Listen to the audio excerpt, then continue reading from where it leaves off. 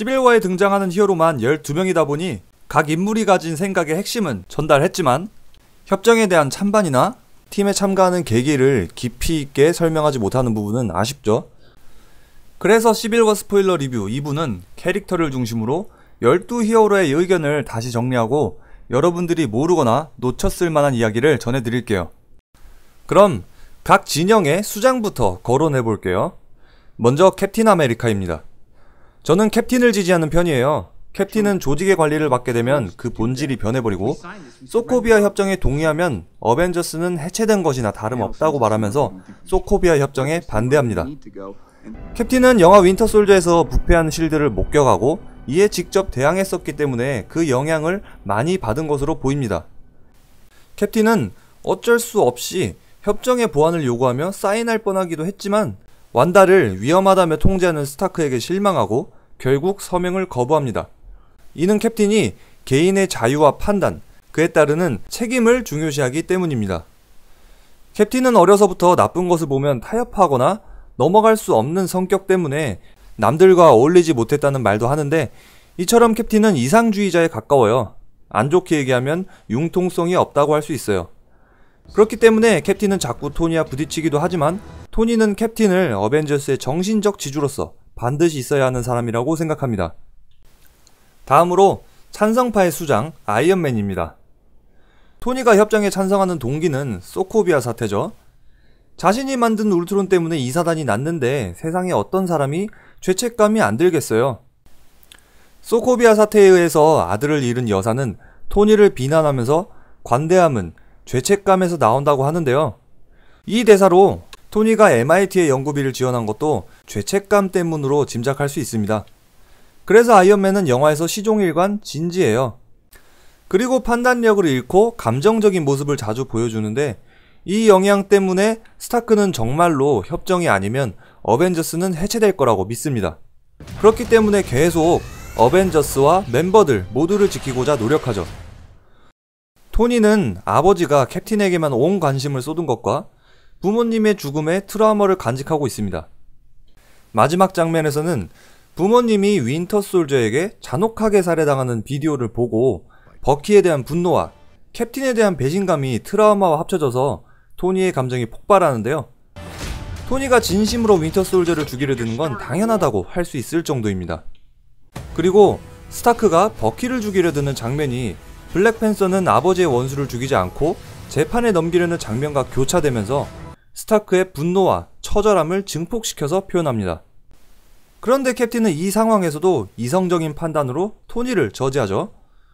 토니의 얼굴이 드러나자 토니는 얼굴을 손으로 막아서지만 캡틴은 그의 아크 리액터를 공격하는 장면이 이성적인 캡틴과 감성적인 토니의 심리를 나타내죠.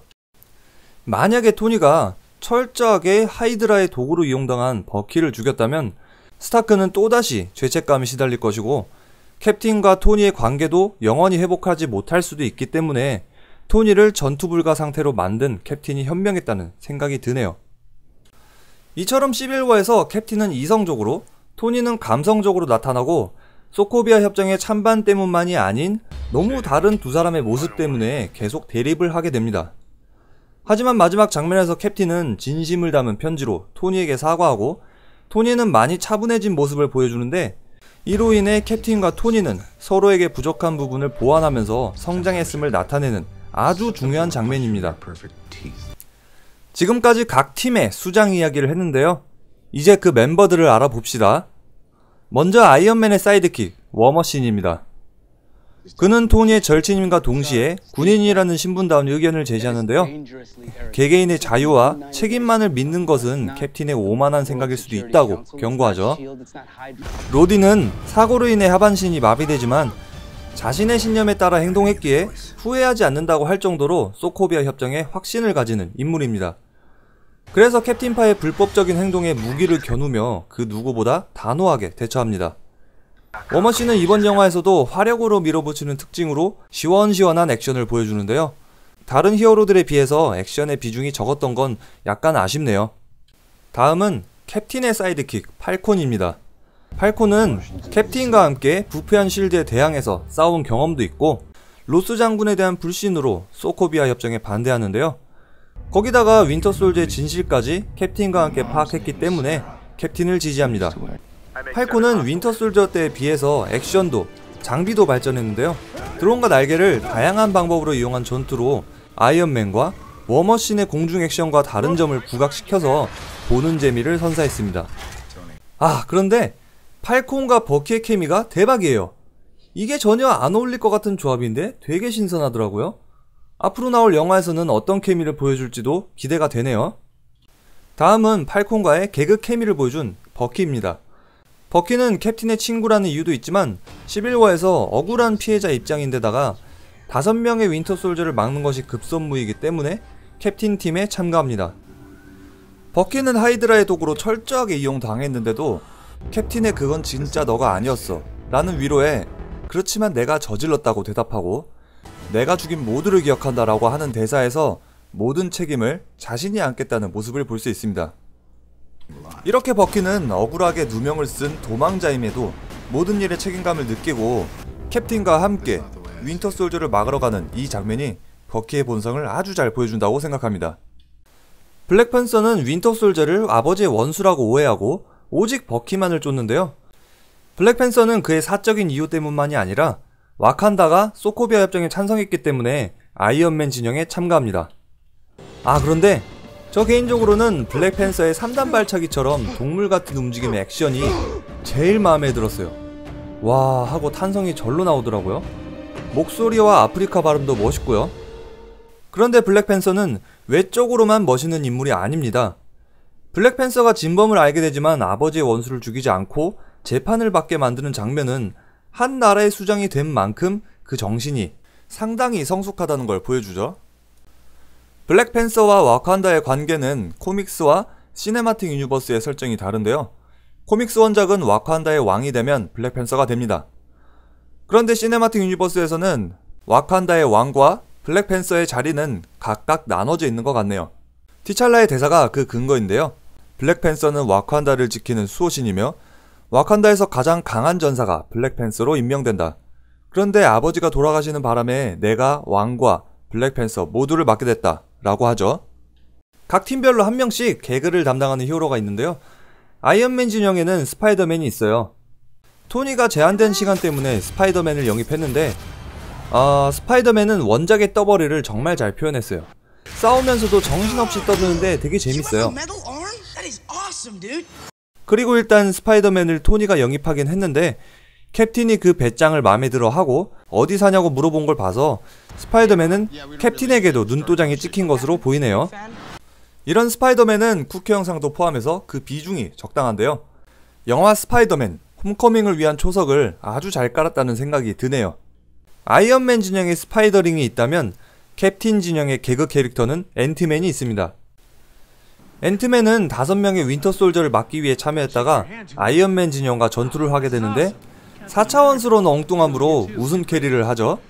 그리고 아이언맨 수트 안으로 들어갔을 때, 거인으로 변해서 워머신을 잡아챌 때 등등 다양한 신체 크기를 이용한 액션을 볼 수 있습니다. 다음은 뭔가 썸 타는 듯한 캐릭터인데요. 먼저 비전입니다. 비전은 힘은 도전을 불러오고 도전은 충돌, 충돌의 결과는 재앙이라는 비전다운 의견으로 아이언맨 진영에 섭니다. 인간과는 달리 원인과 결과라는 측면에서 생각하죠. 비전 역시도 11화에서 많은 피해를 보는데요. 스칼렛 위치는 떠나버리고 워머신의 하반신을 불구로 만들고 스타크한테선 욕먹고요. 비전은 인간처럼 불완전한 존재로 변해가는 듯한 모습을 보여주는데 변화의 원인이 무엇인지는 명확하지 않아요. 마인드 스톤이 뭔가에 의해서 영향을 받았기 때문일 수도 있고요. 워머신을 실수로 맞춘 건 스칼렛 위치와 화해하고 그녀를 안고 있는 장면 직후라는 점에서 감정적으로 변해가는 것일 수도 있죠. 비전의 썸녀 스칼렛 위치는 소코비아 사태와 질병연구기관에서의 사고 이후에 호크아이와 캡틴으로부터 가치관의 영향을 많이 받는데요. 사건이 터질 때마다 자책하고 있으면 캡틴과 호크아이로부터 죄책감을 이겨내야 한다, 행동해야 할 때를 구분하고 그 행동에 책임을 질 줄 알아야 한다 등을 배웁니다. 그리고 호크아이가 찾아왔을 때는 더 이상 자책하며 망설이는 모습이 아니라 자신이 어떤 행동을 해야 할지 확실하게 정하는 모습을 보여주면서 정신적으로 성장해가는 캐릭터입니다. 스칼렛 위치의 조언자 호크아이는 법안에 반대해서 은퇴했다가 돌아오는데요. 영화에서는 표현되지 않았지만 공식 홈페이지에 따르면 캡틴을 맹목적으로 지지하기 때문에 캡틴이 부르자 바로 팀에 참가했습니다. 블랙 위도우와 함께 최약체로 평가받긴 하지만 스칼렛 위치를 팀에 데리고 오는 1등 공신에다가 앤트맨, 스칼렛 위치와의 케미도 보여주고 블랙팬서와 1대1로 싸우기도 하죠. 다음은 호크아이의 상대 블랙 위도우입니다. 블랙 위도우는 아이언맨 편에 서긴 했지만 스타크도 블랙 위도우가 협정에 찬성하는 게 상당히 의외라고 하는 만큼 소코비아 협정이 현실적으로 찬성할 수밖에 없기 때문이라는 의견을 보입니다. 블랙 위도우는 캡틴과 블랙팬서에게 윈터 솔저 1에서 손을 떼라고 조언하고 블랙팬서가 버키를 쫓는 것을 막아내는 것처럼 어벤져스의 분열과 감정 싸움을 막기 위해 노력하는 모습을 많이 보여주죠. 캡틴 아메리카 시빌워는 역대 마블 중에 최고라고 할 만합니다. 12명의 의견과 액션 비중도 적절히 분산시켰고 빌런도 멋지죠.